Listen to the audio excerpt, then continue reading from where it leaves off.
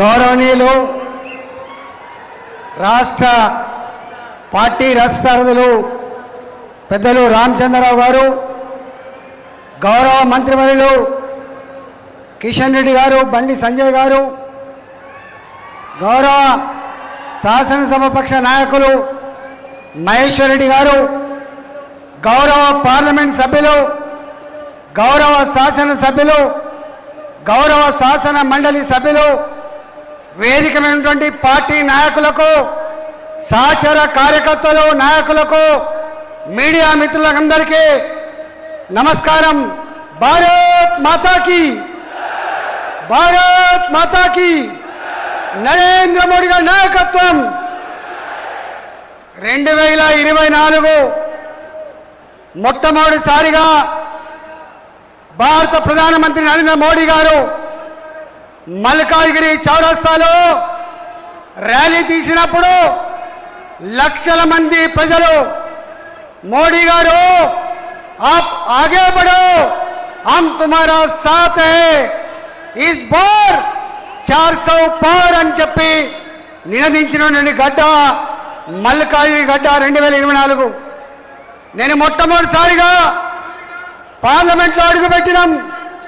అంతకుముందు శాసనసభ అనుభవం ఉన్నప్పటికీ కూడా పార్లమెంటు అనుభవం నాకు లేదు.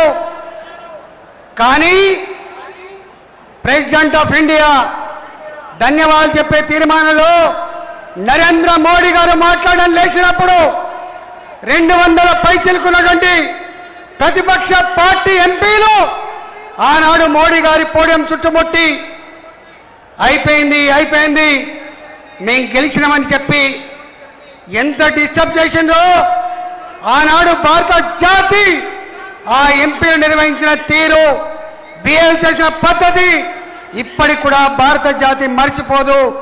దానికి ప్రతిఫలమే మూడోసారి ముచ్చటగా దేశ ప్రధానమంత్రిగా వారు ప్రమాణ స్వీకారం చేసిన తర్వాత భారత జాతి ఒకటే నిర్ణయించుకున్నది, లాభం లేదు. మనం మోడీ గారి వీకడం అంటే భారత జాతి వీకైనట్టు, భారతదేశం వీకైనట్టు. మోడీ గారికి అండగా ఉండాలి.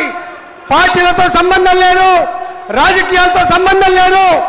భారతదేశం అఖండ భారత్గా ఉండాలంటే, ప్రపంచ చిత్రపటం మీద భారతదేశం వెలగాలంటే మోడీ గారు స్ట్రాంగ్ కావాలని చెప్పి ఆనాడే భారత జాతి నిర్ణయించుకున్నట్టుంది.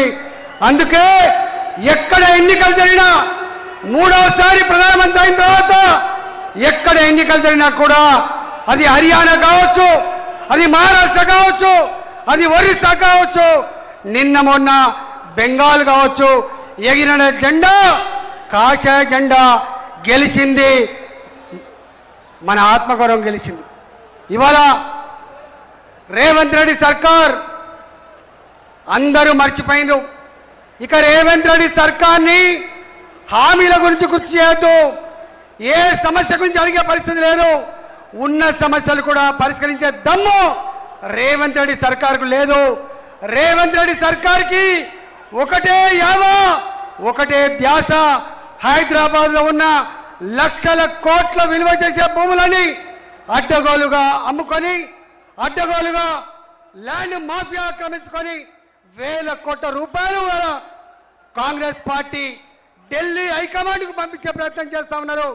ఇవాళ ఒక బంగారు బాతుకుడులాగా కాంగ్రెస్ పార్టీకి తెలంగాణ ఇవాళ మిగిలినట్టుగా కనబడతా ఉంది.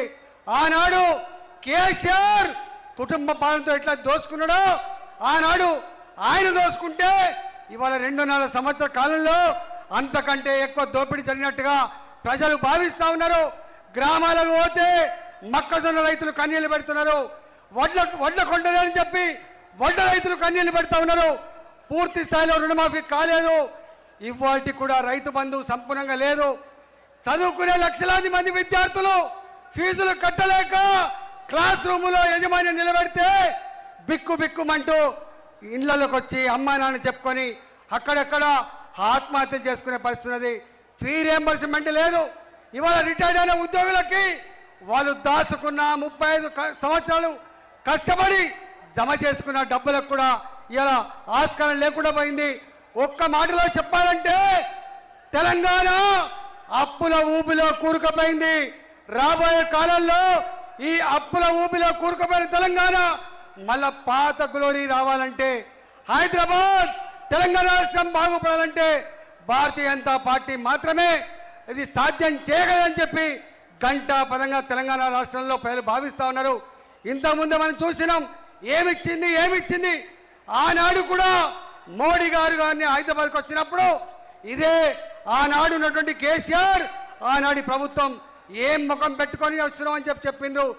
ఏం ముఖం పెట్టుకొని వస్తున్నాం అని చెప్పిన ఆనాటి కేసీఆర్ ప్రభుత్వాన్ని బొందబెట్టిండ్రు తెలంగాణ ప్రజలు.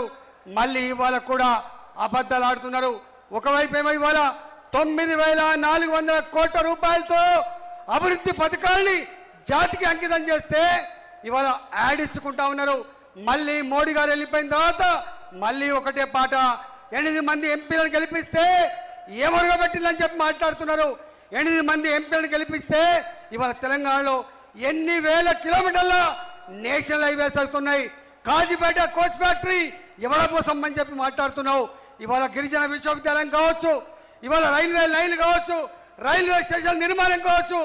ఒక్క మాటలో చెప్పాలంటే కేంద్ర ప్రభుత్వం కనుక నిధులు ఇవ్వకపోతే గ్రామ పంచాయతీ సిబ్బందికి జీతాలు ఇచ్చే పరిస్థితి లేదు, మున్సిపాలిటీలో పనిచేసే కార్మికులకి జీతాలు ఇచ్చే పరిస్థితి లేదు. ఇవాళ ఒకటి ఇవాళ ఉత్త చిప్ప చేతికి ఇచ్చిండ్రు.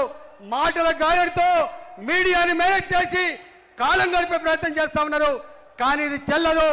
రాబోయే కాలంలో ఎప్పుడు ఎన్నికలు వచ్చినా బెంగాల్లో ఏ తీర్పు అయితే వచ్చిందో అదే తీర్పు తెలంగాణ రాష్ట్రం కూడా పునరావృతమవుతుందని చెప్పి హెచ్చరిస్తూ ఇవాళ తెలంగాణ రాష్ట్రాల్లో కార్యకర్తలుగా నాయకులుగా మనందరం కూడా కలిసిమెలిసి పనిచేసుకొని కాషాయ జెండా గెలుపు కోసం, కమలంపు వికాసం కోసం ఇవాళ మన హైకమాండ్ తెలంగాణ రాష్ట్రంలో మన పార్టీ గెలవాలని చెప్పే సంకల్పం ఏమవుతుందో ఆ సంకల్పానికి మనందరం కూడా కలిసికట్టుగా పనిచేసి ముందుకు పోదామని చెప్పి రాబోయే కాలంలో ఏ ఎన్నికలు వచ్చినా కూడా, ఇక్కడ జిహెచ్ఎంసీ ఎన్నికలు వచ్చినా, రేపు జిల్లా పరిషత్ ఎన్నికలు వచ్చినా తప్పకుండా ఆ జిల్లా పరిషత్ల మీద, మున్సిపాలిటీల మీద మన జెండా ఎగిరేయాలని చెప్పి కోరుకుంటూ సెలవు తీసుకుంటున్నా. భారత్ మాతాకి.